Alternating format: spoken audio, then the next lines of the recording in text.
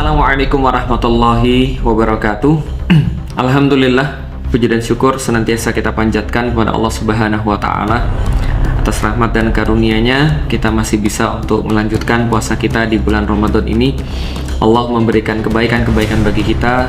Karena itulah sudah sepantasnya kita senantiasa mengucapkan syukur pada Allah. Alhamdulillahirabbil alamin. Dan juga kita tidak lupa untuk bersalawat kepada Nabi Muhammad sallallahu alaihi wasallam dengan ucapan Allahumma sholli ala sayyidina Muhammad, dan juga kita kita bersalam kepada Rasulullah dengan ucapan assalamu alayka ya Rasulullah. Alhamdulillah teman-teman insyaallah dirahmati Allah. Jadi pada hari ini langsung saja ada banyak sekali orang-orang yang bertanya bagaimana tanggapan saya tentang sebuah wacana tentang penolakan timnas Israel. Dan seperti biasa teman-teman Indonesia, bukan Indonesia namanya kalau seandainya tidak ada pro dan kontra.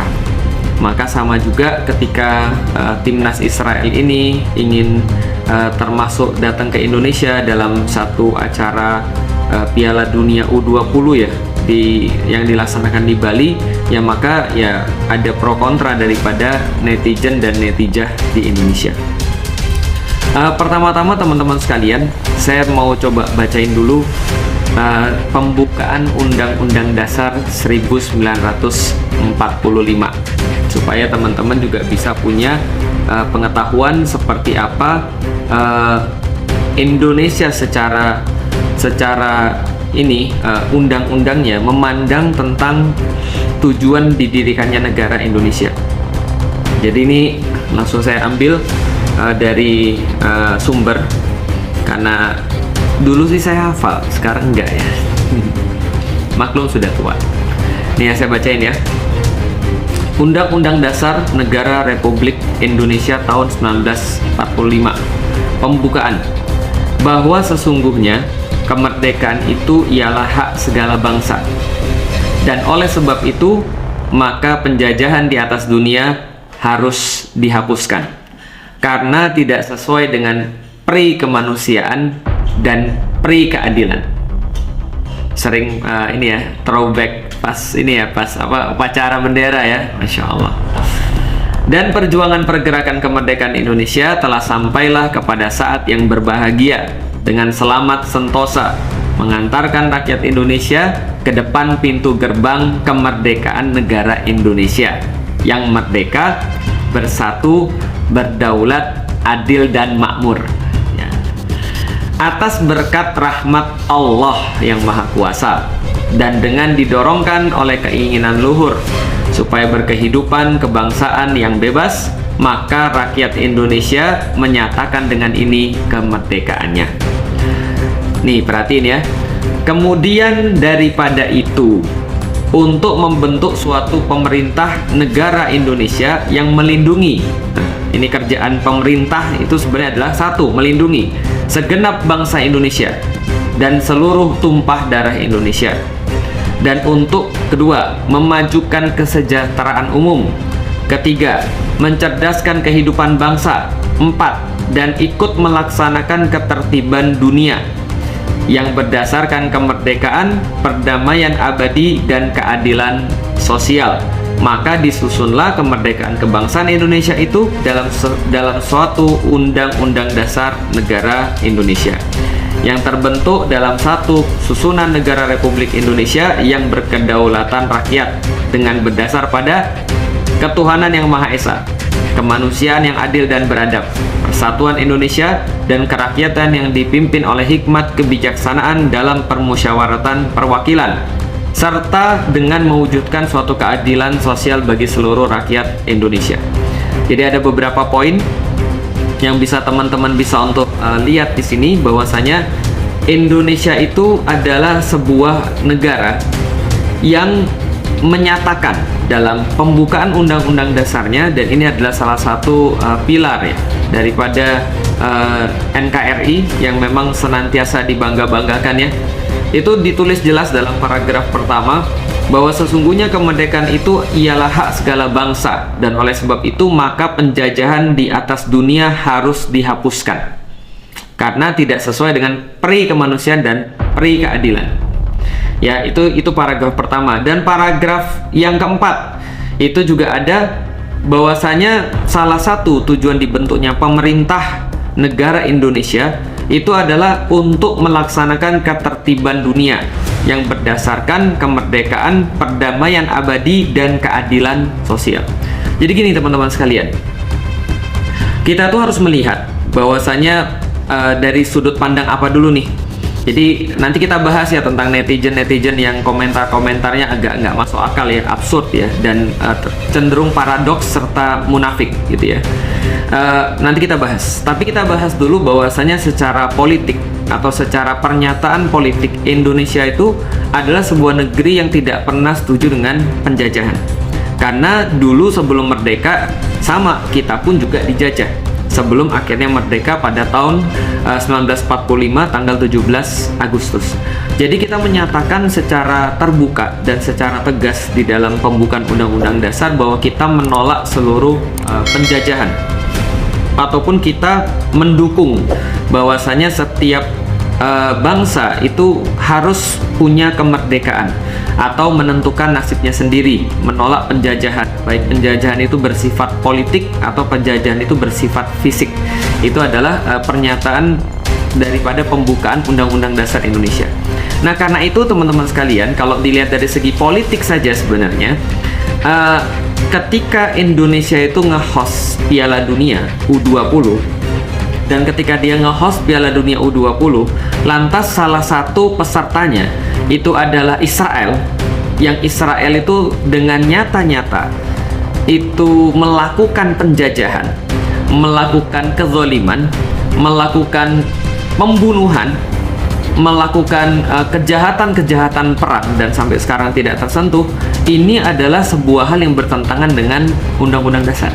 Jadi justru kalau seandainya ada orang bilang, wow, NKRI harga mati, Undang-Undang Dasar, konstitusi dan Undang-Undang Dasarnya sudah dibaca belum? Karena kalau sudah dibaca, harusnya di situ tertulis dengan sangat jelas bahwa Indonesia adalah negeri yang menolak penjajahan. Dan sampai sekarang kita bisa melihat bahwa setiap waktu tidak berhenti-henti pembunuhan, pembantaian gitu kan ya. Kita bisa ngelis tuh pembantaian-pembantaian yang dilakukan oleh Israel ketika dia punya, itu bukan konflik ya, tapi itu adalah penjajahan teman-teman sekalian. Jadi jangan mau dibodohin, jangan mau untuk ditipu dengan mengatakan bahwa ini adalah konflik Israel dan Palestina. Nggak pernah ada konflik Israel dan Palestina. Kenapa? Karena Palestina sampai sekarang itu bukan negara, sedangkan Israel diakui sebagai negara oleh PBB. Nah, sehingga yang terjadi adalah sebenarnya pembantaian, atau yang terjadi adalah kezaliman, atau bahasa politiknya adalah penjajahan. Maka ketika kita itu punya ide yang kita nyatakan di dalam Undang-Undang Dasar, pembukaan Undang-Undang Dasar, bahwa kita menolak penjajahan, bagaimana mungkin justru kita nge-host dan tidak berbuat apapun, tidak melakukan apapun ketika salah satu negara pesertanya itu adalah melakukan sebuah penjajahan. Ini adalah yang harus kita ketahui. Itu dari segi politik. Dari segi agama apalagi? Nah, jadi kalau dari segi agama apalagi? Lah, kita itu negeri muslim terbesar. Dan kita masih ingat bahwasanya Pak Jokowi, presiden kita yang sekarang, itu berkali-kali dalam kampanyenya ketika mau jadi presiden itu menyatakan dukungannya terhadap Palestina. Lalu kemudian mengkritik beberapa kelakuan-kelakuan Israel dan pendukung-pendukungnya, termasuk ketika Amerika itu secara sepihak kemarin kalau masih ingat itu menyatakan bahwa Yerusalem itu sebagai ibu kota Israel. Nah, itu dikritik tuh sama Pak Presiden. Nah, sekarang kita lihat bahwa Pak Presiden bilang, "Oh, jangan campurkan antara politik dan olahraga." Loh, padahal itu kampanyenya, gitu kan ya, kampanye secara politik dan secara agama kita adalah muslim yang terbesar.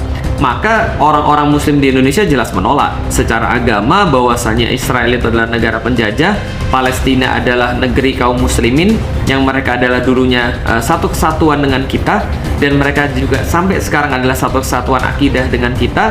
Maka ketika kita tidak berbuat apapun, malah kita kemudian menerima penjajah yang jelas-jelas membunuh saudara-saudara muslim kita, ini adalah sebuah kemunafikan di dalam agama. Ini adalah sebuah tindakan yang sangat tidak punya tenggang rasa, tidak punya sebuah rasa keadilan. Kalau secara manusiawi pun kita nggak bicara agama. Jadi kalau kita bicara politik, sudah jelas pembukaan Undang-Undang Dasar menyatakan kita sangat nggak suka dan nggak setuju dengan yang namanya penjajahan. Secara kemudian agama sudah jelas.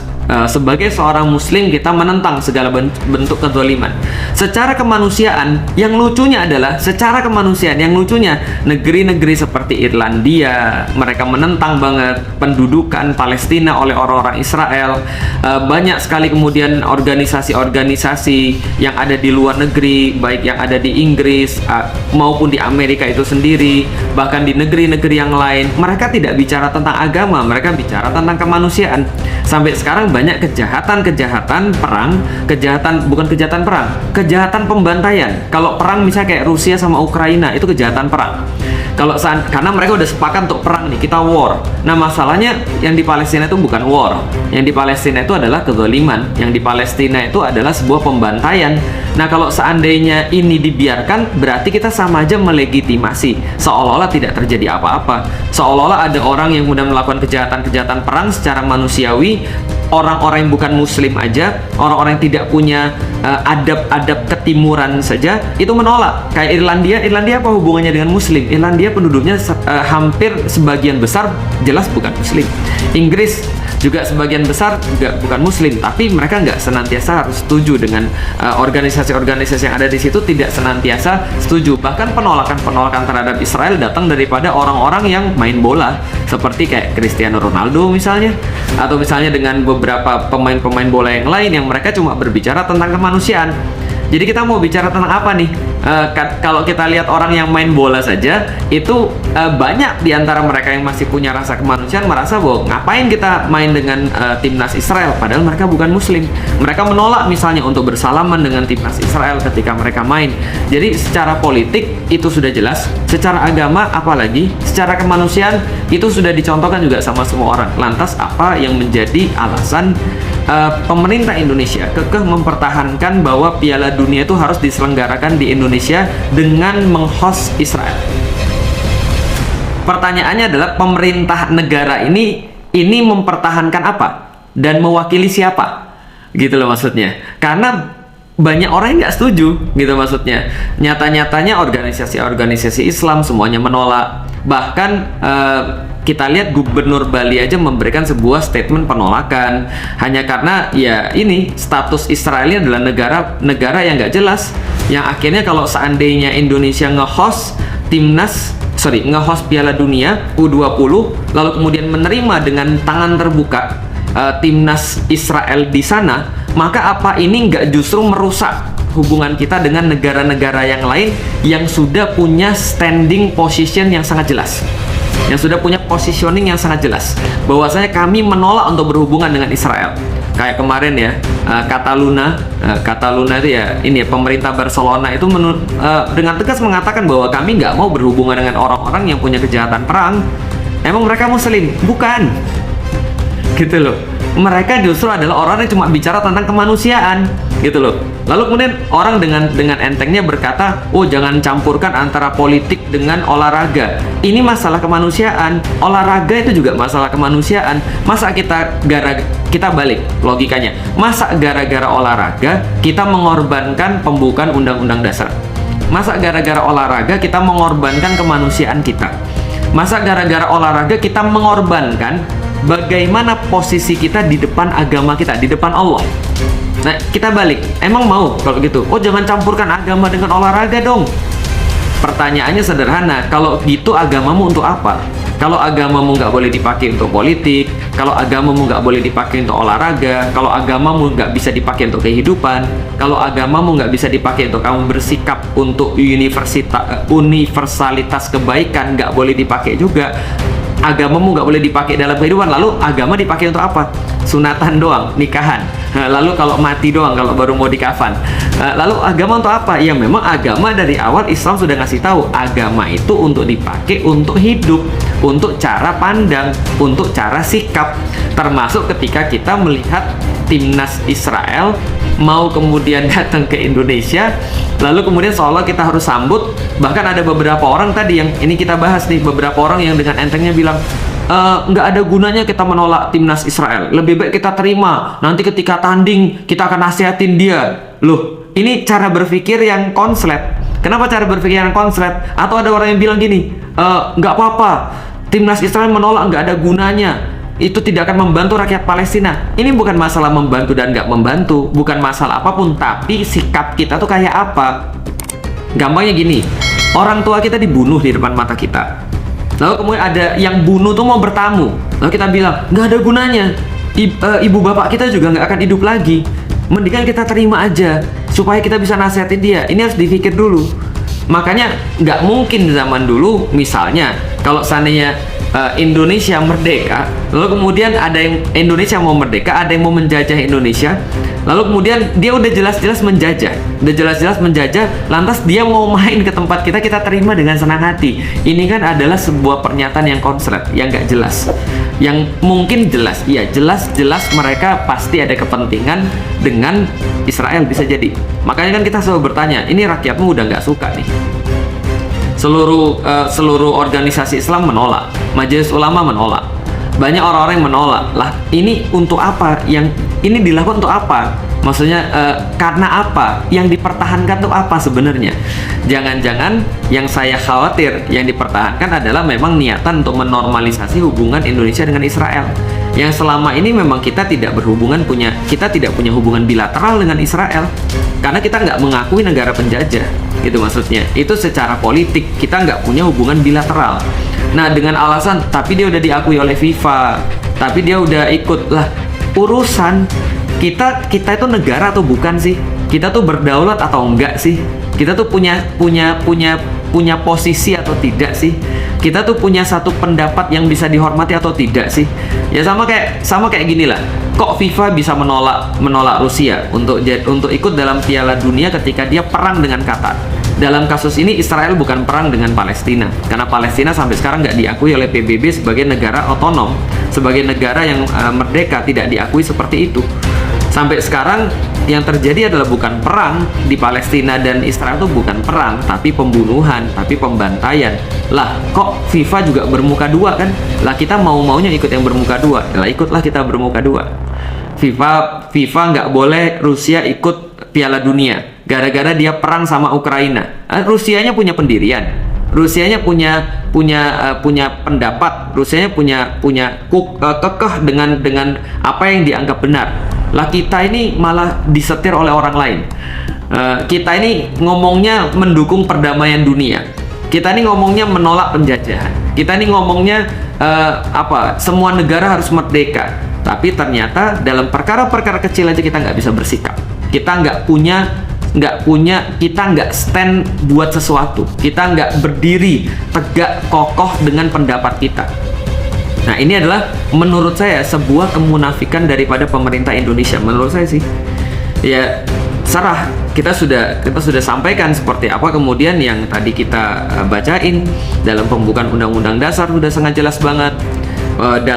Dari segi agama nggak usah ditanya, gitu ya. Dari segi kemanusiaan, di mana rasa kemanusiaan Anda? Di mana selama ini buzzer-buzzer yang kemudian bilang menolak radikalisme, menolak terorisme? Itu yang dilakukan oleh Israel tuh radikal banget dan teroris banget. Mati udah nggak usah kehitung lagi, gitu maksudnya. Mereka melakukan kezaliman. Dan kalau teman-teman masih belum ngerti dalam hal ini, teman-teman bisa lihat banyak sekali bahasan-bahasan di YouTube. Misalnya saya juga pernah membahas tentang sejarah Baitul Maqdis, akar masalah krisis Palestina. Kenapa bisa terjadi di sana tuh masalah sampai sekarang nggak selesai? Ya karena memang ini adalah sebuah penjajahan yang diaminkan oleh PBB. Diaminkan PBB, didukung oleh Amerika, diinisiasi oleh Inggris dan segala macamnya. Nah, akhirnya terjadilah kasus Palestina dan Israel ini, terutama Israel yang pongah banget, yang dia merasa sebagai sebuah negara, padahal dia nggak pernah padahal dia tanahnya bukan di situ. Dulu di situ tinggal orang-orang Palestina di bawah satu kepemimpinan Islam, lalu kemudian mereka merebutnya, sebagaimana dulu ketika perang salib, orang-orang salib merebut wilayah itu yang akhirnya direbut kembali oleh kaum muslimin lewat Salahuddin Al-Ayyubi. Nah, artinya kalau kita melihat teman-teman sekalian, ya dasarnya apa ketika Indonesia tuh pemerintahnya maksain banget, bahkan beberapa pejabat-pejabat itu disuruh untuk dukung presidennya, kemudian bilang seolah-olah nggak ada masalah, seolah timnas Israel boleh datang. Mantan-mantan pejabat juga bilang seperti itu, bahkan orang-orang entah buzzer-buzzer yang dibayar mendesak kepada Menteri Dalam Negeri supaya untuk menerima timnas Israel dan segala macam. Kalian ini berjuang untuk siapa? Kalian ini mewakili siapa? Kalian ini diangkat oleh siapa dan bekerja untuk siapa, kan gitu. Nah, itu pertanyaan kita harusnya. Maka teman-teman sekalian, ketika kita berbicara tentang timnas Israel, ini bukan hanya permainan bola. Ingat teman-teman sekalian, segala sesuatu tuh simbolisme. Kalau kita bilang ini cuma, ya Belanda dulu juga mungkin bilang gitu. Kami kan cuma dagang. Kami kan cuma mau ngambilin rempah-rempah, gitu kan ya. Tapi ya ada banyak yang mati, gitu. Kami kan cuma di sini ya cuma numpang hidup, gitu. Iya, tapi menjajah. Nggak bisa cuma, ya namanya kalau kita sudah punya satu sikap, gitu kan ya. Kita punya satu hal yang kita yakini, ya kita harus kemudian firm di situ, mempertahankan, gitu loh. Lah kalau misalnya semua bisa diatur, semua bisa difleksibelin, lah untuk apa antum buat pembukaan undang-undang 1945 itu? Untuk apa kita bilang NKRI harga mati, gitu? Jangan-jangan cuma untuk kepentingan politik aja. Lalu ngomong NKRI harga mati, sementara kemudian nggak pernah dibaca isinya apa. Katanya mendukung perdamaian dunia. Lah ini apa yang terjadi di sana, apa kita dukung tuh? Apa kalau kita mendukung, apa kita itu jadi seolah melegitimasi, seolah-olah nggak ada masalah Israel melakukan hal-hal kayak gitu. Coba di dalam Ramadan ini aja udah berapa banyak berita yang kita lihat. Tentara Israel masuk ke dalam masjid, pakailah dia sepatu di sana, orang-orang yang itikaf digebukin di sana. Itu kan kejadian tiap tahun. Itu kan harusnya bisa dilihat, gitu maksudnya. Nah, ini yang kita lihat bahwasanya orang-orang tuh kadang-kadang menjadi tiba-tiba bodoh, tiba-tiba lupa dengan segala sesuatu yang pernah dia omongin, dengan segala sesuatu yang pernah terjadi. Pura-pura lupa kalau Israel itu membantai orang-orang yang ada di Palestina itu dari tahun 1948 sampai dengan sekarang 2023. Mereka mengambil habis wilayah-wilayah yang ada di sana, merampok. Mereka itu ngambil dengan izin daripada PBB itu tadi. Jadi artinya ini yang nggak dilihat, kejahatan-kejahatan kayak gini. Bahkan bukan kejahatan perang, tapi sudah masuk kejahatan kemanusiaan. Lantas di mana kita kalau kita bicara tentang kemanusiaan yang adil dan beradab? Di mana kita ketika kita memperjuangkan keadilan sosial, itu kan ya? Lalu di mana kita ketika kita berbicara tentang ketuhanan yang Maha Esa? Lantas dengan sangat ringan kita ngomong jangan campurkan agama dengan olahraga, jangan campurkan politik dengan olahraga. Lah kalau misalnya politikmu tidak bisa membuat kamu untuk bersikap, kalau misalnya agamamu nggak membuat kamu bungkam dan diam dalam menentukan pendapat, lantas kamu tuh ya apa yang kamu pegang tuh apa gitu maksudnya. Lah kalau saya jelas, saya menentukan sesuatu, saya melihat segala sesuatu, saya bersikap atas segala sesuatu ya berdasarkan agama saya. Karena agama saya Islam. Lantas kalau misalnya saya bilang saya Muslim, tapi kemudian menentukan segala sesuatu bukan berdasarkan agama, lah terus apa gunanya kita Islam? Gitu maksudnya. Kalau misalnya kita merasa kita Indonesia, tapi kita nggak mau berdasarkan konstitusi untuk menentukan sikap kita terhadap Israel itu, lantas kita berdasarkan apa? Mau buat sendiri konstitusinya atau mau direvisi sekalian UUD 45-nya, pembukaannya. Padahal udah jelas-jelas di situ dikatakan bahwa kita tidak mendukung penjajahan. Penjajahan di atas dunia harus dihapuskan. Dan penjajahan di atas dunia salah satu yang terbesar yang didiamkan, yang memang kemudian seolah-olah orang-orang tuh kayak buta melihat itu semua, itu adalah penjajahan tanah Palestina oleh Israel. Itu udah sangat jelas sekali, kejahatannya udah sangat jelas, dan secara kemanusiaan itu juga sudah tidak perlu dipertanyakan lagi. Jadi teman-teman sekalian, kalau seandainya kita ini sekarang mengatakan bahwa kita tolak timnas Israel datang ke Indonesia, memang ini perkara kecil. Ini perkara kecil aja kok diributin. Iya itu dia, karena ini perkara kecil, ngapain juga kalian bela? Gitu loh, karena ini perkara kecil, ngapain kalian bela Israel mati-matian supaya dia tuh masuk ke Indonesia? Kan perkara kecil. Lah ternyata ini perkara besar, jangan-jangan bagi orang-orang yang mau belain wallahualam shawab gitu kan ya. Tapi kalau misalnya dia konsisten, ini kan perkara kecil doang, ngapain sih diribut-ributin? Ya kalau perkara kecil ngapain juga kamu ributin? Bagi kita ini bukan perkara kecil, bagi kita ini masalah keberpihakan, bagi kita ini masalah akidah, bagi kita ini masalah politik sebagai rakyat Indonesia yang menolak penjajahan di atas muka bumi dan pengen menghapuskan penjajahan di atas muka bumi. Ini adalah ide kita, ini adalah ide founding fathers kita, gitu kan ya. Artinya ya harusnya kita nggak setuju dong. Tapi apakah kalau kita misalnya contoh kita menolak, apakah kita bisa berbuat apa-apa? Nggak bisa. Tapi ini setidaknya menjadi sebuah contoh dan menjadi sebuah hal yang harus teman-teman ketahui. Inilah namanya kemunafikan publik. Inilah namanya orang-orang yang bermuka dua. Yang teman-teman tahu, di satu saat dia ngomongnya A, besok dia ngomongnya A aksen. Di saat satu dia ngomongnya ini, besok dia ngomong berkebalikan dengan ini. Nah ini memang kita nggak bisa berbuat apa-apa. Ya tugas kita, tugas saya sebagai seorang yang berdakwah ya cuma ngasih tahu pandangan saya kenapa saya menolak timnas Israel. Bukan kita cuma menolak saja. Dan memang kita memahami bahwasannya urusan olahraga adalah salah satu urusan yang harus disikapi dengan cara agama, harus disikapi dengan manusiawi, harus disikapi dengan pandangan politik di negeri itu. Dan kita tidak bisa untuk menganggap bahwa ya olahraga cuma olahraga. Nyatanya banyak ide-ide yang dibawa lewat olahraga.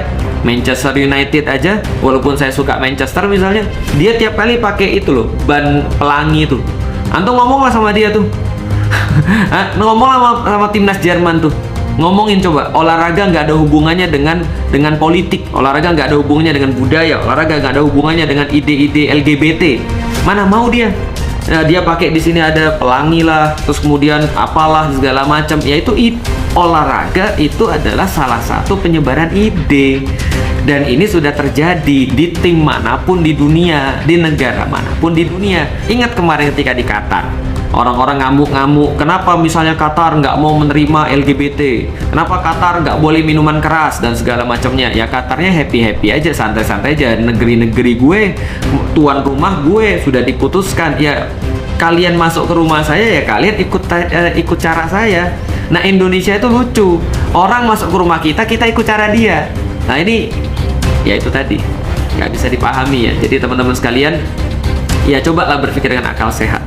Dan akan banyak orang-orang yang nanti akan ngebully, walah sok tahu, sok bijak, jangan campurkan olahraga dengan agama. Ya mohon maaf ya, server kita beda. Gitu. Kenapa? Karena kalau di server saya, agama itu harus ngatur semua. Ngatur politik, agama harus ngatur ekonomi, agama harus ngatur cara pandang, cara sikap. Entah kalau server yang lain yang memang agama nggak usah dicampurin apa-apa. Mohon maaf. Jadi kalau seandainya Anda bilang bahwa agama nggak boleh ngatur politik, agama nggak boleh ngatur olahraga, jangan dicampur-campurkan, nah, Anda salah server.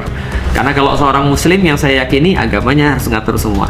Agamanya harus berpengaruh dan harus menentukan sikap itu berdasarkan daripada agamanya, teman-teman sekalian. Jadi ya itulah kita seorang muslim, maka kita jelas-jelas dan kita sangat tegas kita menolak timnas U20 Israel untuk berkontribusi pada Piala Dunia U20 yang akan diselenggarakan di Indonesia. Kita bukan menolak Piala Dunianya, enggak.